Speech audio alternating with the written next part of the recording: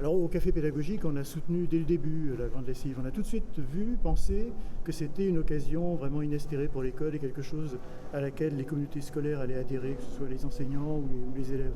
C'est une idée qui est simple et c'est une idée qui crée quelque chose, qui crée deux choses dont l'école a vraiment besoin, dont elle souffre de ne pas les avoir assez.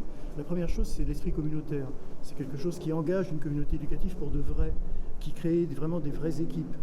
On parle tout le temps d'équipes dans le système éducatif, mais en réalité, c'est rare qu'elles existent vraiment. Là, il se passe un événement, et pendant cet événement, les gens sont vraiment ensemble et ils se respectent.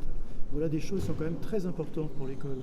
Et la deuxième idée, c'est que on sait que les pratiques artistiques et les pratiques culturelles, c'est vraiment ce qui permet d'améliorer l'estime de soi des élèves. Et là aussi, on rencontre un problème de fond de l'école, d'élèves qui sont pas très bien dans l'école, parfois même maltraités par l'école. Et là, on leur donne une occasion de prendre leur place et d'être respectés, d'être présents, de devenir plus intelligents d'une certaine façon, pour les adultes aussi d'ailleurs. Et ça, c'est vraiment quelque chose qui fait grandir tout le monde. Donc pour ça, je veux vraiment remercier Joël Gontier. C'est vraiment un projet qui est magnifique.